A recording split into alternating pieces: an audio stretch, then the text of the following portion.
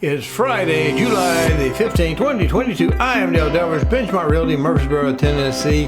This is your status chat. I have the numbers, and we need to get to it because we got a good mental segment coming. But first, I got to tell you that United Real Estate, Benchmark Realty is a part of United Real Estate. United Real Estate is now the 7th largest real estate brokerage in the United States. So buy with confidence, sell with confidence, get with somebody who inspires you to make intelligent, good decisions when you're trying to face a prospect of a home sale or purchase. Well, welcome to the middle of the show. Now, normally, if we bring to you something for discussion, something from, like, say, Forbes or Fox News, Fox Business, CNBC, whoever we bring it to you from the retail world, we bring it to you, give the person who's authored it, the date, the time, that sort of thing, the byline. Then we take that link to that thing and put it into the Status Chat's description so that you can go look it up in its entirety. Because we may only look at certain points within the story itself. Today, we're going to use something from government sources, and I'm going to just use a search engine, and you can follow along with the search engine of your choice. Now, I'm going to use Google. All right. So let's start over here, and I want to look at the GDP, gross domestic product. So let's type in Fred because I want to use the Federal Reserve System's economic data, and I want to say gross domestic product, and we should come up with a link. It's the GDP Fred, St. Louis Fred. Pull it up. Let me make my little head go away. And what we see is a nice long ski slope type of thing where we ramp up to where we are today. Well, let's look at what this number tells us. If we go down here to this point, we see in quarter one, 1947, it says we had 243.164 of somethings. What are the units? Billions of dollars. So we're when this starts, at $243 billion in first quarter of 1947. Where are we today? We're at $24 trillion, $24 trillion, .386, blah, blah, blah. Okay, where we're in the middle. Let's go around 1982. We were at $3.4 trillion. You see that we've picked up that extra comma before the period, so that puts it into trillions from billions. That gives us the actual number produced in dollars. It's not very helpful. Let's go find another one. Let's try Fred real GDP. We get another series, the C1. Let's pull the C1 up. Well, the first thing we notice is we got a lot more jitteriness on this line. It's a lot fuzzier line. Let's go up to the top. It says we're at 19.727 trillion. So it's 19 trillion, almost 20 trillion. And if we go down here at the bottom, it says quarter one is now $2 trillion of gross domestic product. Well, what happened? We just looked at it. All right. Pretty straightforward and simple. Trying to count for inflation to keep the GDP on the same dollar. And here they do it up here by using the 2012 dollars and a annualized rate. Okay, so we're adjusting now for inflation. We still have another factor that goes into the GDP is the number of people working. Quite frankly, when we're looking at this, if we had me working and I can work 40 hours, well, if I'm working 40 hours, I'm not doing real estate, am I? But let's say I'm a normal human being and I'm working 40 hours a week. I'm good for that amount of production that I can cause. But if we start to increase our population and people are out there and they're able to do 40 hours a week, if there's now 2 of us where there was 1 of us, now we can have no real growth in GDP's effectiveness because now we have twice as many people out there laboring. Do you see what I'm saying? The GDP actually goes up in dollars, but we're not really improving anything because we're looking at it per person. Now we see that it knocks it back down. Let's go back to that panel and look at that. All right, now as we see this, that's why we have so much more down here. What else can we look at, Fred? Let's do real. Let's do GDP. Let's do per, CAPITA. Let's pull that up. And when we see it right up here at the top, real, that means we've adjusted it for time, gross domestic product per capita or per person. And we get an even more jagged line as things go on because now this one is adjusting for population. All right, it's showing us now we've got more people working. We're able to produce more. That's why we're getting a little bit more of a rocky ground here. We still have our same recession showing up in the vertical gray bars, and we're going off of that. Well, let's narrow the time range to say about 1980, and we start to see a little bit more volatility here, because that's the way our economy works. It's up and it's down, it's up and it's down, and you see some trend here. You see that we were up, and then right as we go into the recession, we start dropping down in GDP. Well, that's kind of in the definition of what a recession is, isn't it? Except that's the national GDP. This one is the GDP adjusted for money and people, because it's per capita. We see it rise up, we flatten out, recession, it comes out of the bottom, curves back up, we go back to the same thing, 1980, curves down, we have recession, comes back up, and so on and so on. Well, let's jump in here to about 2005 to get this next bit shown to you. Look at what we're actually observing. We see it rise in the fourth quarter to 52,066 per capita, and it drops down to 51,740. And even though we're in a recession, it comes up briefly because the economy is fighting being put in that recession, and eventually things happen. We had the big meltdown in the financial markets revolving around housing and whatnot, and we start to improve, but we're still going negative. And then when we come out of the negative series in the GDP, we're back to being positive, we're back to the white. And we come up here to when? Fourth quarter of 2019.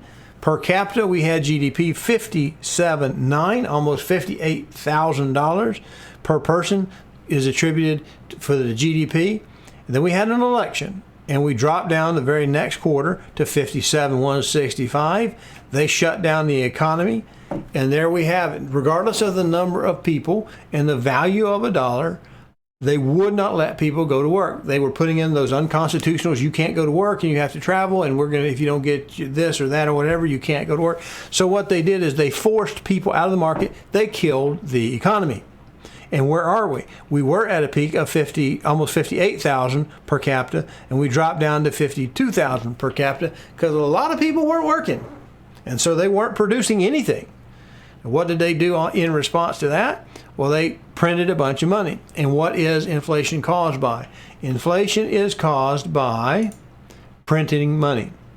The sole cause of inflation is printing money. It's a money supply issue.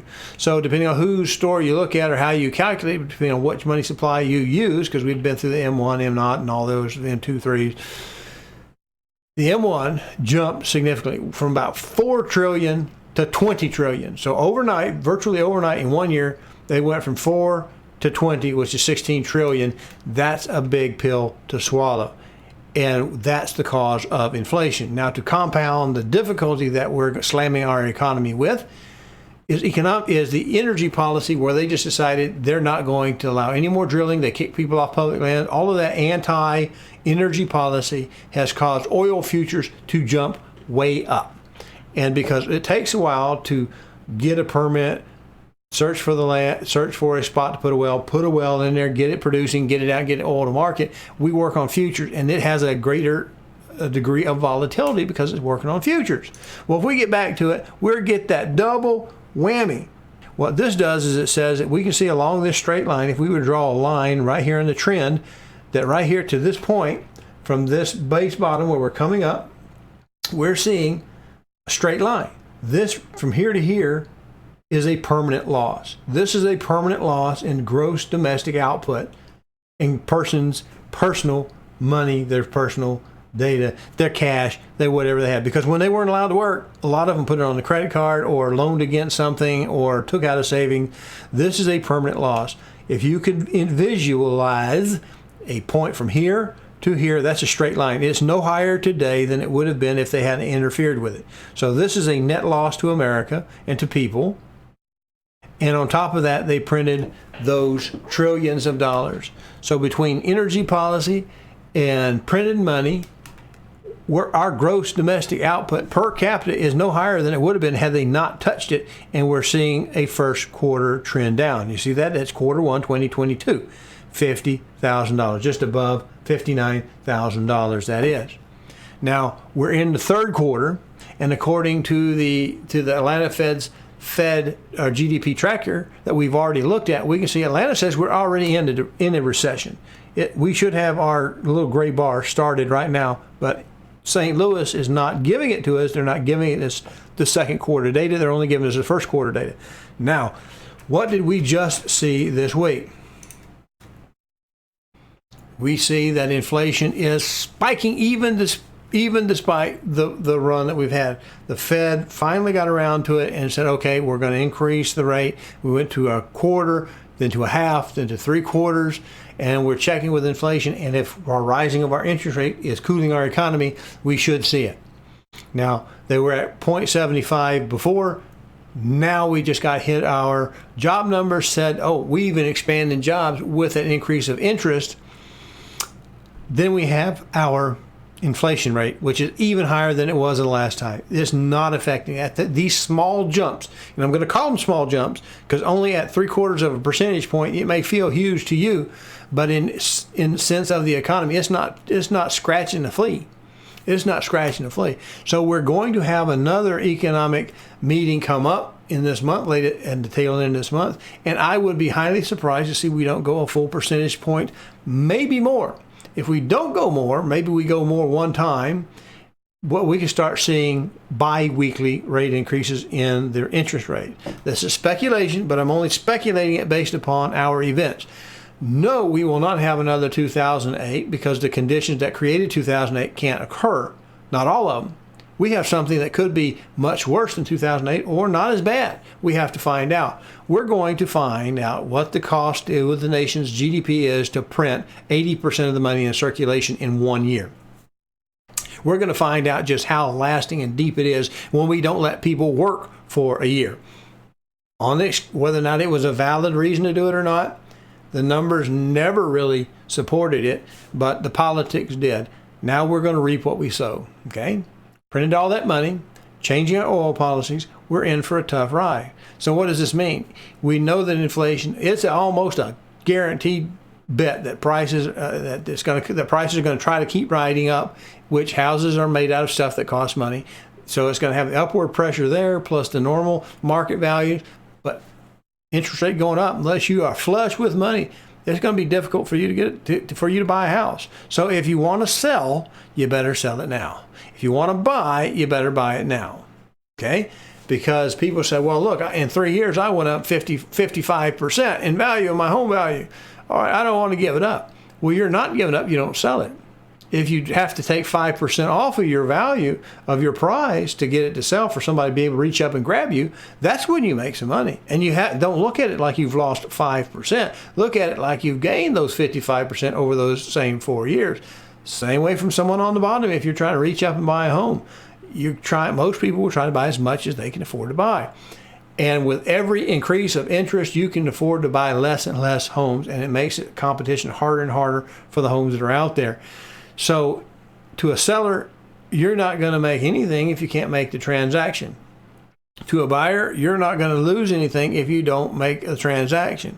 But if you feel like you've paid a little too much on the short end, realize that how much less you may be able to buy in the future if interest rates keep climbing. You can at least maybe get into something and hold on to it. And over a long haul, if you stay in that house long enough, the dip that comes down will probably come back up and exceed where it was when you thought it was being overpriced at that time. So it's a good time to buy. It's a good time to sell. I think we're headed into kind of some difficult waters. And I just don't believe it helps you to try to polish that. You see the numbers. I'll show them to you. You see what's going on, and let's see what size of rise we get out of the July Fed meeting. Hello, I'm Dale Delbert of Benchmark Realty, Murfreesboro, Tennessee. If you are currently unrepresented and would like to know how to compare up to 3 properties side by side and room by room, then go over to my new YouTube channel, Call Dale to Sell. That's 1 L and Dale, no spaces. Watch the demo on Real Scout, and then call me and we'll set up your exclusive ad-free account today. Now we got that out of the way, let's look at the numbers from last week, 7/8/2022. We had 13,977 opportunities in Real Scout system. That's up over the previous period. We had 4,207 in the under contract, still showing that is up over its previous period, but not really very much, for the ratio of 30%.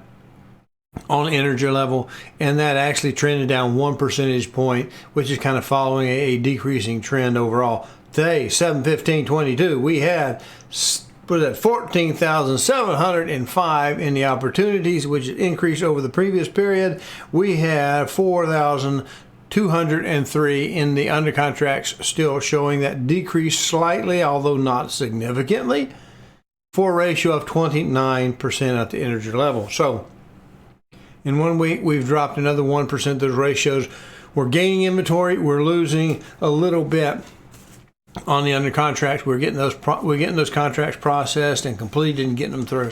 So you know what you need to do. You need to call Dell to sell, call Dell to buy. Get to calldell2sell.com and check that website out. And remember, click like and subscribe on all the bits. It helps a lot, especially on the YouTube page where this video is being seen. Thank you. Have a great weekend.